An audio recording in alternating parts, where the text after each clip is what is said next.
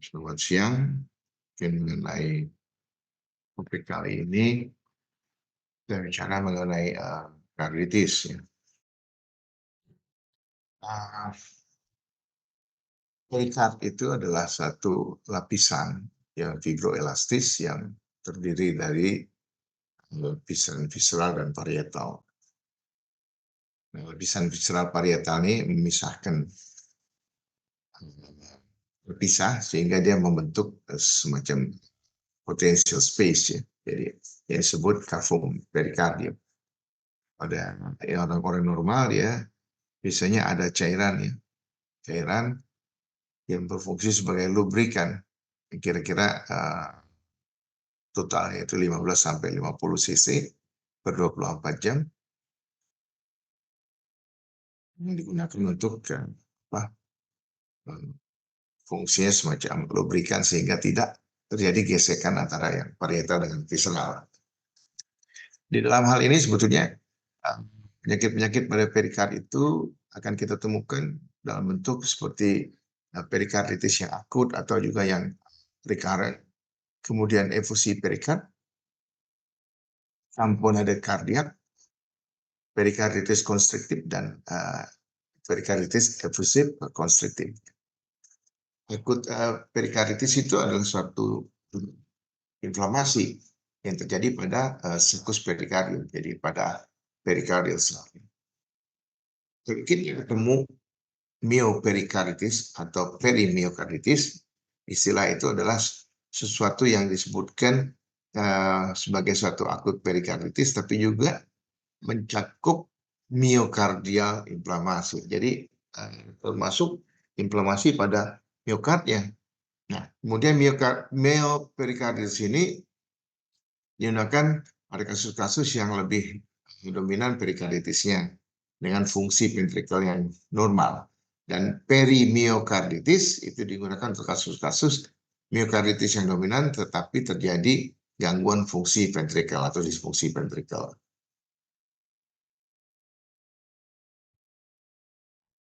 Karditis tadi disebutkan adalah inflamasi dari jantung.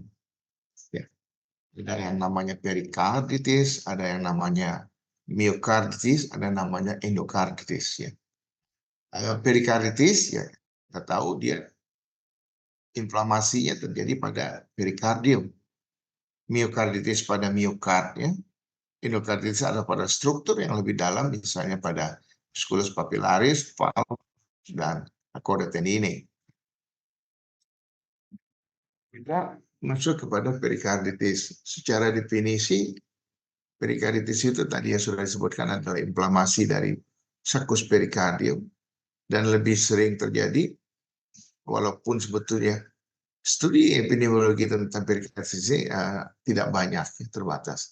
Karena dia biasanya tidak merupakan satu penyakit yang primer, yang langsung, tapi dia lebih sering sebagai sekunder akibat penyakit lain. Sekitar 1/10 atau 2/10% dari pasien-pasien harus dirawat, dan 5% dari mereka itu masuk karena suatu kondisi iskemik, non iskemik yang chest pain non iskemik.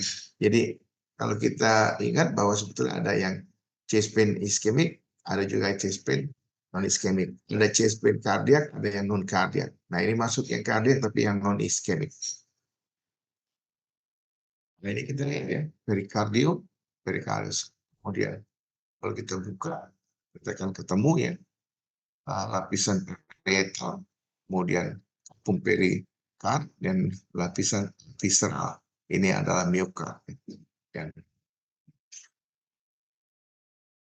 kita lihat lagi seperti ini dari luar ya. Ini fibrous perikardium, parietal, visceral, layer dari perikardium. Nah, yang di dalam lagi adalah miokard, yang sementara struktur lebih dalam lagi adalah endokard. Ini ya sama untuk memperjelas saja sebetulnya. Ini juga kalau kita lihat menjadi kausa dari perikarditis. kebanyakan idiopatik tapi lebih sering disebabkan oleh virus, ya, atau reaksi-reaksi imun, ya, lebih sering. Kemudian infeksi dari parasit, infeksi dari jamur atau bakteri, ya. Yang paling sering juga dia berhubungan dengan kondisi HIV atau AIDS, ya. Ada juga yang non infectious, misalnya autoimun dan autoinflammatory pada lupus, rheumatoid arthritis, vaskulitis, ya, atau misalnya orang-orang yang menjalani operasi terbuka kardiak, ya. Kemudian sarkoidosis, penyakit Crohn's, pada rheumatic fever, ada juga pada kondisi keganasan yang trauma mengenai payudara atau juga paru, atau kondisi metabolik seperti uremia, mixed edema, ya, pada hipotiroid, atau juga aneurisma aorta yang robek, atau juga bisa merupakan trauma, misalnya post myocardial infarction, efek dari obat atau toksin, ya, obat misalnya pada kasus-kasus pemberian obat kemoterapi, atau toksin misalnya pada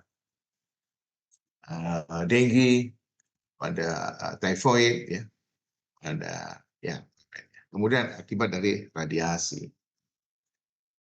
Bagaimana kita punya pemikiran kalau ini sebetulnya ini perikarditis. Ada beberapa hal yang perlu kita jadikan semacam petunjuk, ya. Kalau dia misalnya dengan demam lebih dari 38 derajat Celcius, atau dia mengalami chest pain yang acute onset, jadi demam, chest pain acute onset, atau ada bukti terjadinya tamponade jantung, ya. Misalnya kalau tamponade itu bunyi jantungnya muffle, menjauh, kemudian tekanan darahnya turun, atau kalau kita lihat lagi ada back triad yang bisa kita temukan, ya, JVP yang meningkat, ya. Kemudian ada bukti efusi perikard, atau pasien itu mengalami suatu kondisi imunosupresi, atau dia menggunakan antikoagulan, misalnya yang novel oral antikoagulan atau juga warfarin, atau dia mengalami trauma akut,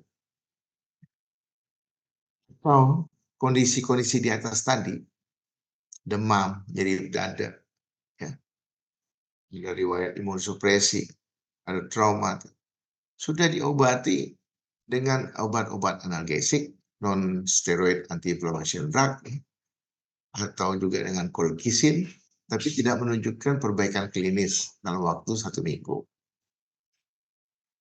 Bisa juga kita temukan suatu kondisi di mana terjadi peningkatan dari troponin kardiak. Yang terakhir yang bisa kita jadikan patokan adalah perubahan variasi dari gambaran rekam EKG.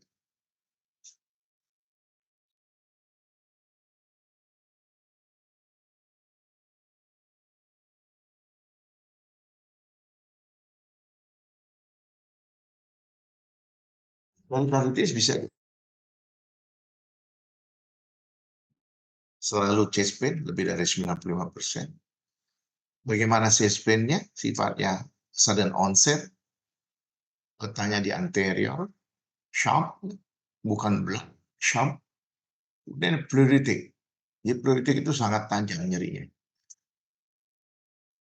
Dan terjangkit dengan suatu kondisi inspirasi yang dalam atau batuk, atau pada posisi supinasi.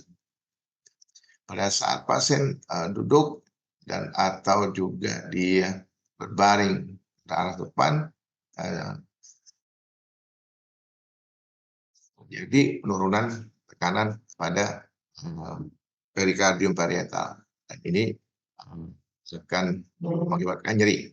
Kemudian chest pain itu menjalar ke daerah trapezius, ya, di belakang. Dan juga ini merupakan suatu kondisi yang spesifik pada perikarditis, ya.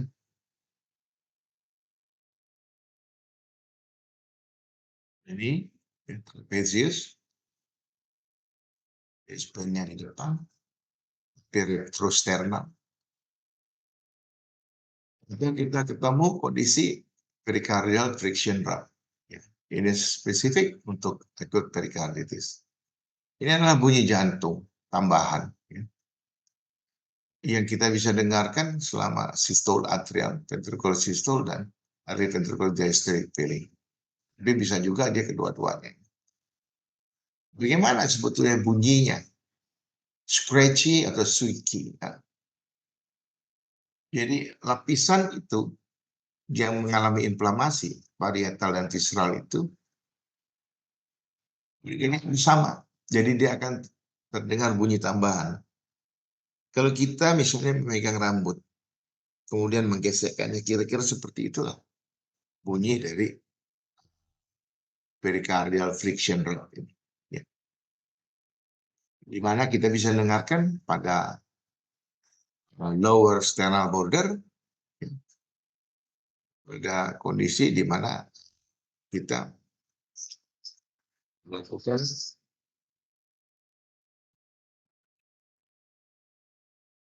eksplorasi, ya.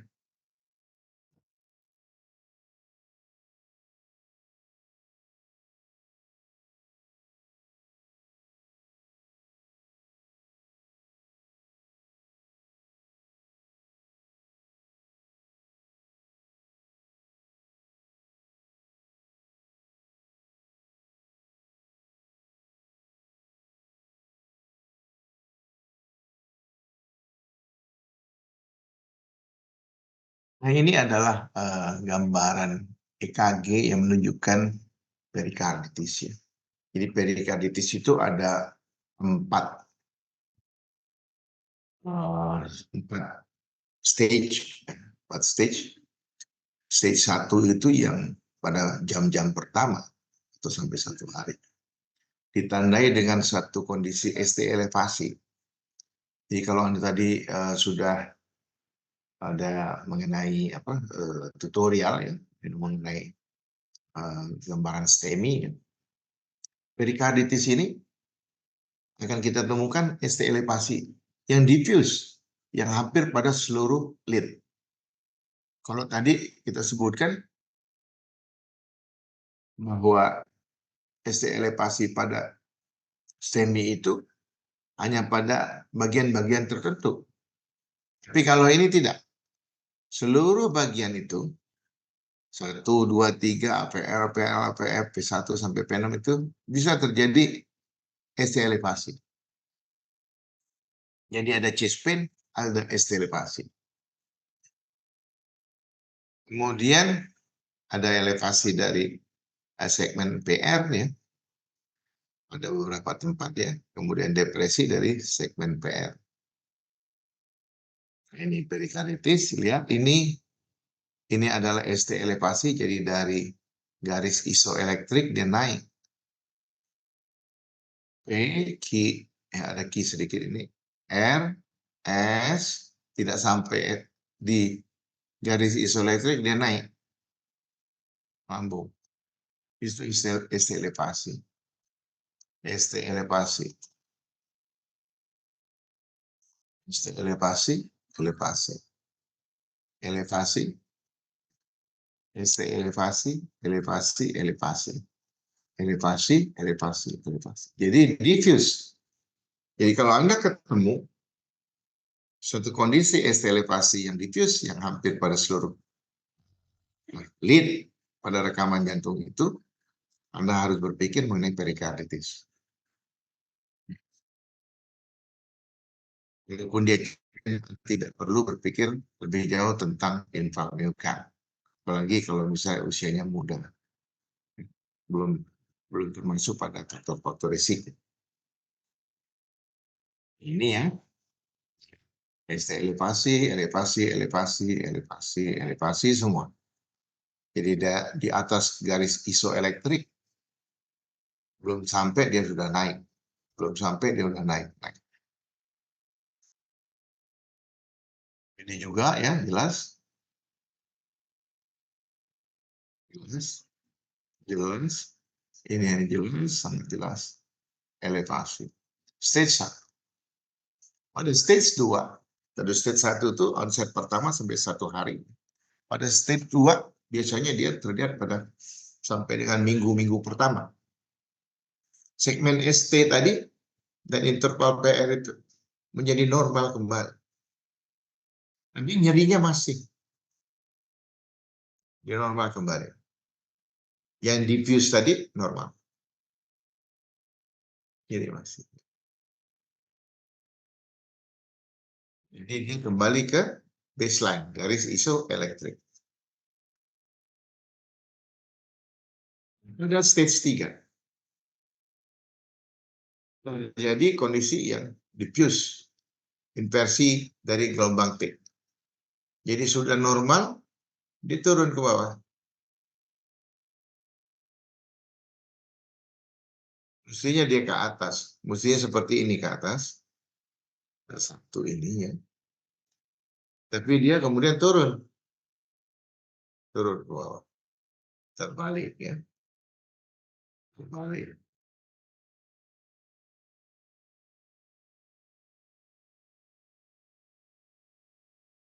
Terbalik.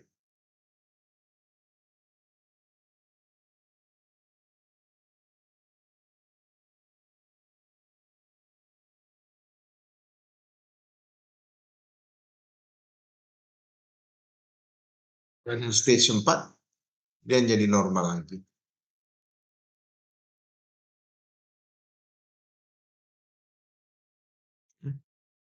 Setelah pasti dia turun normal, inversi, kemudian dia normal lagi. Jadi ya, ini adalah kondisi yang harus kita pahami ya. ST elevasi itu juga bisa kadang-kadang mirip, ada yang mirip ya, early repolarisasi dini ya, tapi dia ada notch-nya. Kalau yang tadi dia tidak ada notch-nya. Kalau ini ada notch, jadi ada taki, turun baru naik. Kalau ini enggak, terus saja. Ini juga ya, langsung naik. Ini enggak, melambung dulu baru naik. Jadi perikarditis itu ya, harus kita dedekan dengan akut myocardial infarction pada awalnya. Cuman ya kalau dia demam, Anda harus tetap berpikir pada perikarditis ya. Lihat konteks ST-nya, kemudian distribusinya ya. Distribusi maksudnya kelainan gambaran EKG tadi. Ini harus ada temennya pada leads ya. Misalnya lead 1 dengan AVR, 2 dengan 3 atau APF ya. Tapi kalau perikarditis diseluruhan, tidak ada dia berkelompok. Ya.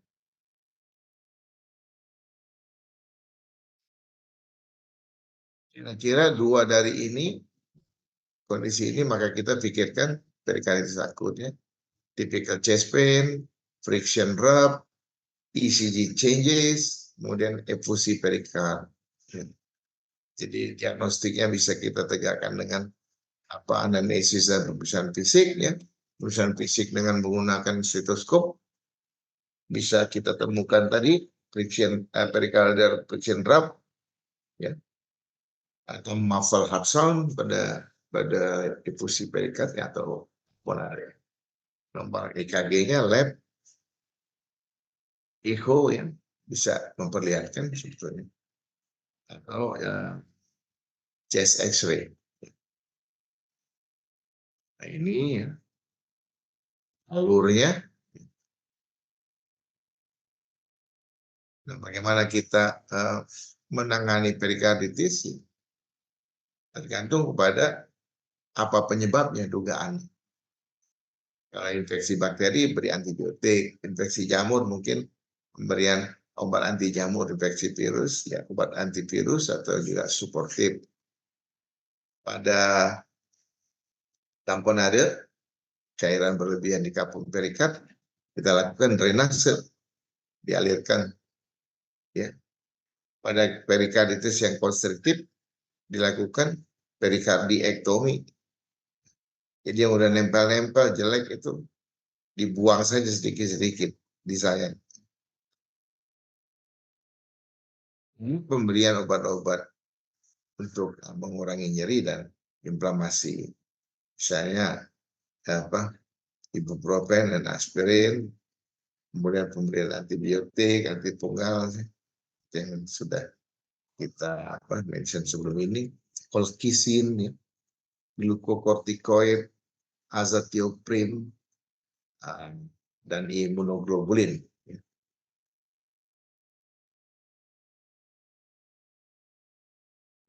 Di mana first line terapi itu menggunakan NSAID dan colchicine, ibuprofen, aspirin, indomethacin, kemudian antiplatelet, misalnya antiplatelet, acetylsalicylic acid, ya. Lalu kalau memang diperlukan, banyak cairannya dilakukan perikardiosentesis, ya. Jadi dilakukan drainase menggunakan jarum dari kapung peritoneumnya, kapung perikardiumnya, langsung dikeluarkan cairannya dan diperiksa, ya, dievaluasi, dianalisis, baik patologi histopatologinya atau imunohistokimia atau juga analisis biasa, ya, untuk menentukan cairan ini sebetulnya hasil dari mana, apakah infeksi, kalau infeksi apa. Karena kita tahu di Indonesia ini juga sangat banyak perikarditis atau efusi perikard yang disebabkan oleh tuberkulosis. Jadi harus terpikir ke situ. Nah, ini efusi perikard, ya, jadi cairannya berlebih di dalam kapung perikard. Tadi cuma 15 cc, ini bisa 100, 200, sehingga akan menghalangi kontraksi dan dilatasi jantung. Halang dilatasi pengisian dari berkurang. Ya. Ini kalau kita lihat, ya, bentuk ini, ya, kalau Anda lihat pada foto toraks ini, X-ray ini, ya, dia mirip kiri kanannya itu melebarnya, mirip seperti tempayan, seperti gentong. Nah, ini adalah ciri-ciri dari efusi perikard. Biasanya juga ada yang disebut sebagai double layer. Jadi ini kelihatan seperti ada kontur double layernya. Kalau yang memang sudah sangat terisi, ya. Dan permukaannya itu kalau kita lihat dia bentuknya sangat smooth. Ya, nggak ada yang misalnya dia bergelombang gitu biasanya. Karena dia dari dalam itu diregang sehingga dia permukaannya sangat rata. Smooth. Nah, ini efusi ini efusi perikardnya. Efusi perikard, ya. Ini left ventricle, right ventricle. Ini left ventricle. Ini efusinya. Ini Anda bayangkan bahwa ini otot ventricle kiri ini tidak bisa mengembang, nggak bisa diisi banyak. Jadi cardiac output-nya juga akan menurun. Kalau kondisi efusi perikard ini sangat banyak, dia akan menimbulkan suatu kondisi yang disebut tamponade kardiak. Tamponade kardiak. Yang Anda bisa temukan pada pemeriksaan fisik, ya. Tekanan vena di jugularisnya itu tinggi. Kemudian dia mengalami hipotensi, dyspnea, tapi tidak ada ronkinya. Karena dia dari jantung kanan, pada itu kiri. EKG, kalau dia terhalang karena ada cairan, maka listrik itu tidak sampai ke dinding toraks dengan baik. Akibatnya voltasenya akan rendah. Jadi puncak R-nya tinggi, R itu akan kecil-kecil, hampir di seluruh ring. Jadi itu adalah salah satu clue, ya. Lihat pada chest X-ray yang tadi kita lihat, ya, ada cardiac siluet yang melengkung, tapi parunya bersih. Karena dia bukan dari ventrikel kiri, dia di ventrikel kanan dan terjadi masalahnya nanti. Ya. Ada ekokardiogram mode, ada kolaps pada saat diastolik. Ya. Ini efusi perikard dan tamponit. Ya. Kalau dia sedikit, dia efusi perikard saja. Tapi kalau dia banyak, nah ini kardiak tamponit. Sehingga perlu dilakukan perikardiosentesis. Dialirkan, diambil dan dialirkan. Ya. Nah, ini adalah caranya, metodenya. Sebetulnya kalau boleh nggak ini, kalau di puskesmas gitu ya, kalau ada USG, boleh-boleh saja. Misal yang penting itu memang life threatening dan sarananya jauh untuk mencapai rumah sakit, ya. Jadi harus ada alasan yang kuat. Dia life threatening, dia bisa shock. Kalau kita biarkan pada saat itu ya dia bisa meninggal. Kalau kita rujuk, mungkin jangan terlalu jauh. Waktu tempuhnya misalnya 3-4 jam. Ya Anda lakukan ini dengan informed consent yang betul. Diinformasikan kondisinya, apa bahayanya, apa yang bisa kita lakukan di situ, apa keterbatasannya. Dan setuju ditandatangani, ya, ada saksinya. Nah, gerahnya seperti ini. Ya. Yang paling sering itu kita dari kiri. Ya. Kalau yang subsipoid ini ya bisa juga, tapi dia lebih banyak ada halangan dari jantungnya, ya. Dari parunya ya, di bawah ya. Dari penghambat. Ini ya.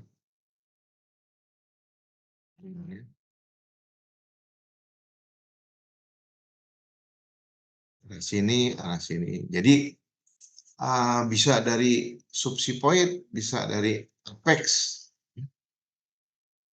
bisa dari parasternal, sini, bisa dari dorsal dari belakang, ya. Dari kardiosentesis.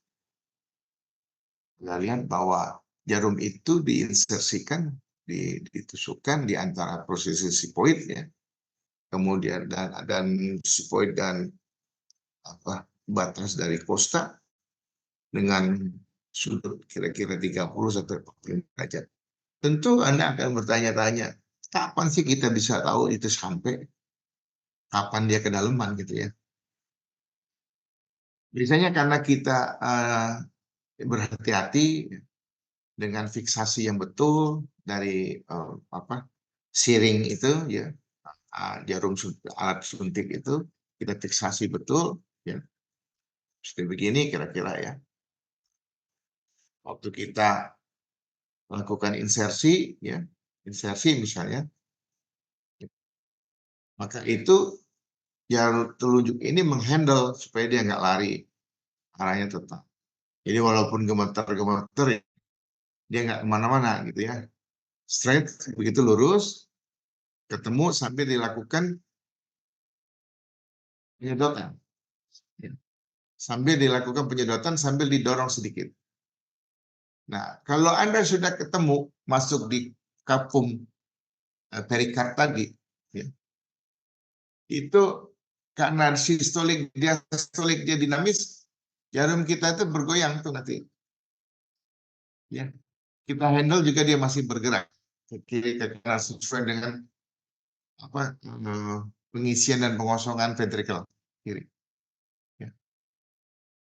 Dan Anda bisa melakukan aspirasi perlahan.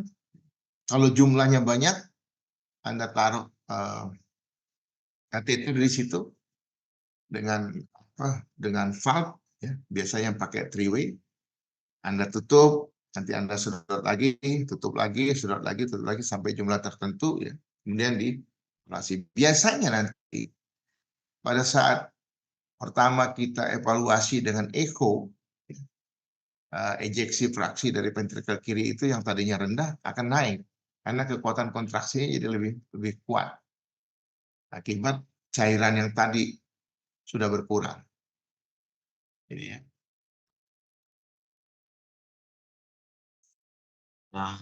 Ya, ini prognosisnya ya. Jadi bisa menetap, bisa berulang, bisa juga sembuh. Endokarditis lebih sering karena infeksi bakteri. So Anda tahu bahwa penyalahguna obat-obatan narkotika, terutama yang IVU, IVDU ya, intravenous drug user itu, dia mempunyai risiko untuk mengalami infeksi endokarditis lebih besar. Karena waktu dia menginsersikan di vena itu dia tidak memahami, tidak melakukan tindakan aseptik, antiseptik ya. Jadi masuk sehingga kokus atau bakteri yang lain itu masuk ke sirkulasi dan dia bisa menyebabkan bermukim di katup jantung dan seterusnya gitu. Selain itu juga bisa banyak kalau dia menggunakan jarum suntiknya bersamaan, maka risiko untuk tertular penyakit yang lain juga besar. Di endokarditis biasanya bakteri ya. Ini kita lihat ya, ada vegetasi nanti. Jadi mirip pada rheumatic heart disease itu. Tapi ini biasanya pada orang dewasa. Kalau yang rheumatic heart disease kan biasanya pada anak gitu ya. Ini pada orang dewasa akibat tadi penggunaan jarum suntik yang tidak steril ya, untuk penyalahgunaan narkotika. Jadi komplikasinya emboli, valve-nya juga leak, kemudian heart block, bisa disritmia, abses pada valve-nya, heart failure, dan sepsis.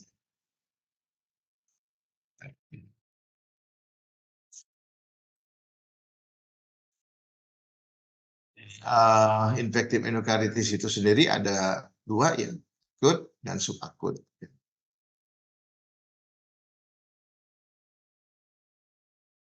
Ya, endokarditis juga sering pada penggunaan katup yang artifisial, prostetik. Ya. Jadi orang-orang yang sudah menjalani operasi ganti katup atau replacement atau repair itu dia punya kans untuk mengalami endokarditis cukup besar. Dan ini adalah vegetasi valve mitral. Endokarditis, demam tinggi, menggigil, keringat, night sweat, skin rash.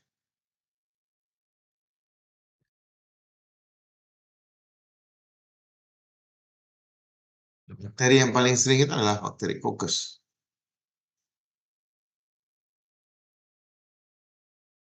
Nah, di sini Staphylococcus aureus.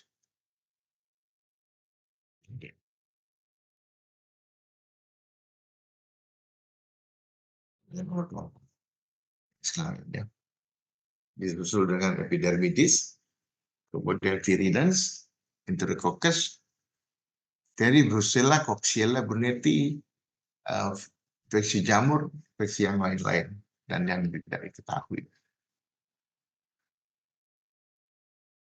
Pada menegakkan diagnosis endokarditis, pada perusahaan fisik, kita bisa dengarkan murmur atau ini red spot pada kulit atau ada fingernail ya, kemudian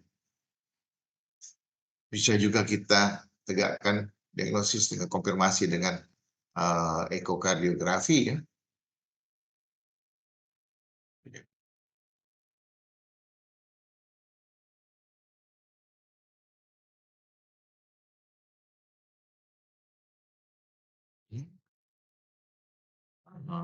Penanganannya obat-obatan antibiotik ya, tergantung pada jenisnya, maka kita akan gunakan sampai kadang-kadang dari 2 sampai 6 minggu. Ya, sangat panjang. Dan bisa juga dibantu dengan pemberian anti jamur dan antikoagulan. Bila mana terjadi infeksi pada jaringan atau apa, bisa dilakukan tindakan bedah untuk membuang daerah yang rusak atau menggantinya dengan valve yang baru.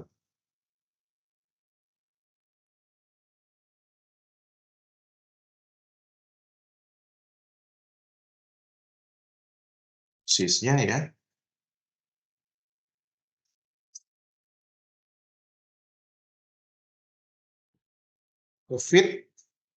COVID itu Anda tahu kemarin ya,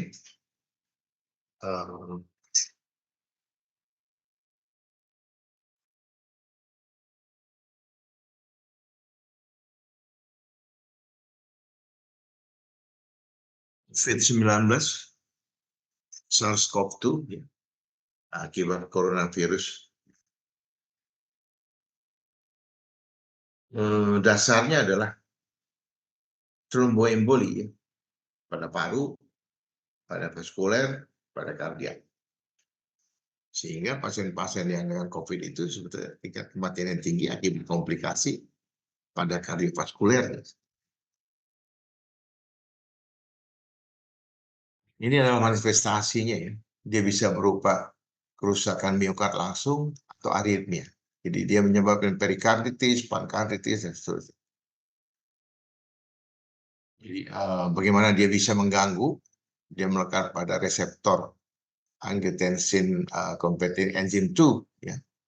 Kemudian dia masuk ke dalam sel. Diekspresikan banyak di paru, di jantung, pembuluh darah ya. Kemudian terjadi sitokin release ya. Sitokin release terutama sitokin interleukin 6, interleukin 17 dan yang lain-lain berkontribusi terhadap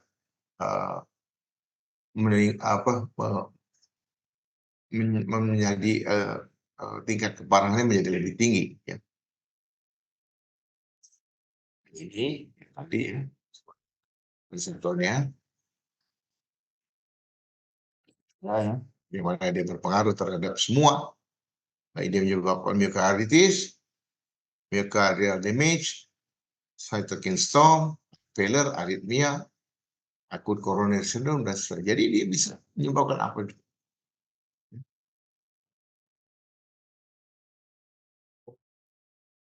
Bagaimana kita mendiagnosis? Tentu ada nyeri dada yang menjadi masalah utama ya. Kemudian dyspnea ya, sesak napas, batuk, atau masalah penekanan pada sistem respirasi. Kemudian bisa terjadi cardiogenic shock, myokarditis, dan seterusnya.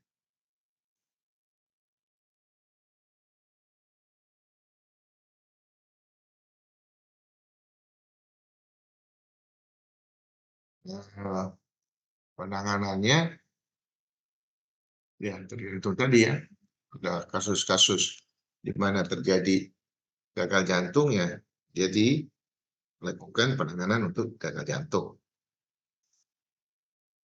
Ada kasus-kasus inflamasi diberikan juga obat anti-inflamasi.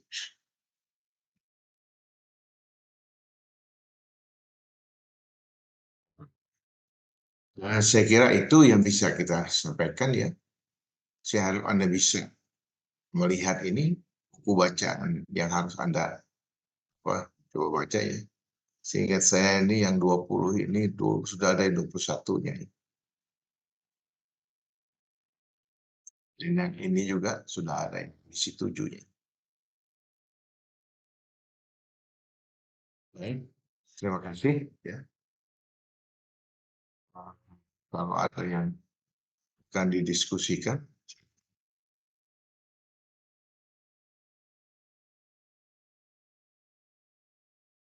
Yang mau didiskusikan?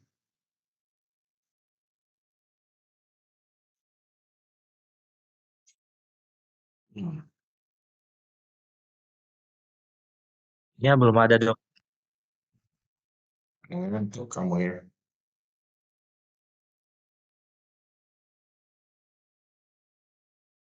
Izin dokter. Ya, Baik dokter, terima kasih atas kesempatannya. Sebelumnya perkenalkan saya Dinda Nesma dok dari kelas beta. Saya ya. izin bertanya, kalau misalnya ada peningkatan JVP dan RBH serta adanya apa itu berarti dia fokusnya kongestinya itu di kongesti perikarditisnya itu di kanan saja ya dok? Atau ke seluruh bilik jantung dok? Terima kasih. Perikarditis. Iya dok. Kongesti cairannya kalau ada JVP itu fokus di kanan atau bisa ke seluruh bilik jantung, Dok? Oh iya, jadi gini. Ada dua tadi yang kongesti ya. Satu yang efusi perikard. Jadi kalau efusi perikard itu, maka kalau dia jumlah cairannya sangat banyak ya, dia akan menghalangi fase diastolik, dilatasi dari atrium, kemudian ventrikel itu akan terganggu. Jadi pengisian ventrikel juga berkurang. Nah, yang di kanan itu nggak bisa masuk, nggak bisa dapat supply. Yang di kiri kan supply-nya dari kanan, masuk paru dari kanan kan, darahnya kurang. Ya kan? Nah, yang di kanan itu dia akan terhambat. Jadi dia mengisi jugular veins-nya. Akibatnya akan terjadi seperti bendungan terisi dia. Sehingga dia tidak bisa masuk ke atrium kanan itu. Terhalang di atrium kanan akibat misalnya ventrikel kanannya tinggi. Tekanannya tinggi kenapa tadi? Ya karena tadi terkompresi oleh cairan di perikard. Jadi sebetulnya yang Anda tanya ini ada hubungannya dengan yang saya sampaikan sebelumnya yang disebut kriteria dari Beck's ya. Beck's triad ada 3 itu. JPP-nya tinggi, hipotensi, kemudian ada satu lagi. Nah, Anda cari itu satu lagi. Itu untuk cardiac tamponade. Kalau dia misalnya heart failure, ya, heart failure sama. Misalnya pada cardiac congestive heart failure, maka sebetulnya terjadi juga kegagalan pompa dari jantung kiri ya, akibatnya darah yang di yang akan masuk ke ventrikel kiri itu terhalang ya. Kemudian yang dari jantung dari paru juga masuk ke kiri terhalang, dia masuk tetap ada di paru menyebabkan edema paru ya. Kemudian yang kalau tekanannya tinggi di paru, maka yang di ventrikel kanan nggak bisa keluar masuk ke paru. Dia balik lagi. Kalau kongestif itu begitu ya. Nah, tapi kalau pada apa tadi yang kiri, yang kanan tadi itu clear, lungsnya itu clear, nggak ada masalah karena nggak ada kirinya tuh yang terlibat. Itu yang dimaksud tadi. Sementara kalau dia congestive heart failure, misalnya pada hypertensive heart disease ya, maka di kiri itu ada cairan semua. Di paru itu ada cairan karena dia nggak bisa masuk ke kiri. Karena Anda ingat ya, bola-bola yang diajarkan oleh Prof. Ali itu ya. Hanya satu kata dia maju ke depan terus. Kalau dia terhalang, maka dia mundur semuanya. JPP yang terisi itu bukan karena dia banyak, tapi karena dia terhalang. Mentok di depan jalannya macet. Akibatnya di belakang terisi. Kira gitu. Ya, ada lagi? Terima kasih, dokter. Ya, sama-sama.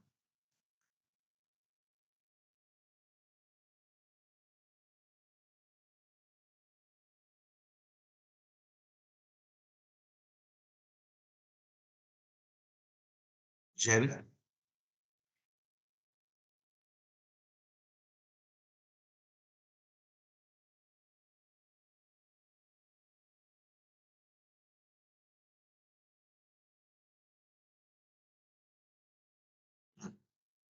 Nggak ada. Siapa ketua kelasnya? Dava, dokter. Nah, iya. Silakan ditutup. Saya sebetulnya diminta untuk ngasih itu ya, apa? Kuis ya. Kemarin itu kuisnya udah saya kasih, tapi kok nggak dikasih kamu? Iya dok, kata kota kami Uneti, kuisnya tuh kalau kuis dokter Erwin di kertas ya dok nanti ngerjainnya. Terus kami kasih ke Uneti. Ya, ya, ya, ya. Sebentar. Saya nggak tahu ada nggak di ini, di apa? Di kuis. Kayaknya nggak ada di sini. Dia adanya di HP saya. Nah, ya. Kuis.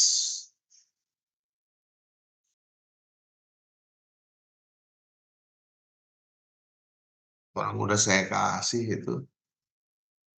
Maksud saya biar langsung kamu kerjakan saja. Karditis ya. Iya dok. Nah,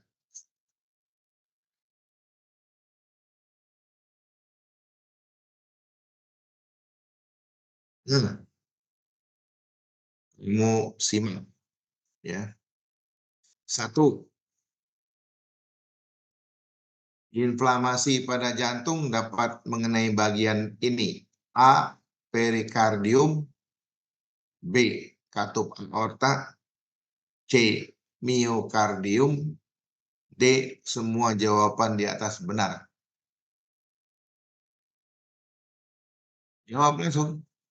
Nanti kumpulin sama itu. Sama Indra boleh. Ya. Sudah? Jawabnya di kertas aja. Nanti dikasihkan. Ya. Nomor 2, inflamasi pada otot jantung disebut dengan istilah berikut. A. Miokarditis. B. Endokarditis. C. Pankarditis. D. Perikarditis.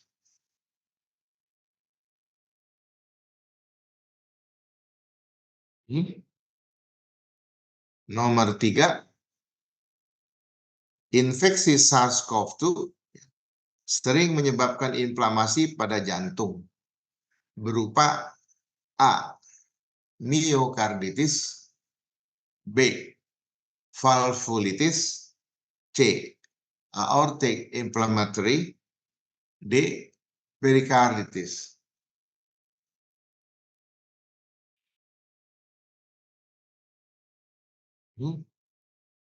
Keempat, manifestasi klinik inflamasi pada miokard dapat berupa manifestasi klinik inflamasi pada miokard dapat berupa A. Chest pain. B. Heart failure. C. Acute coronary syndrome. D. Semua jawaban di atas benar.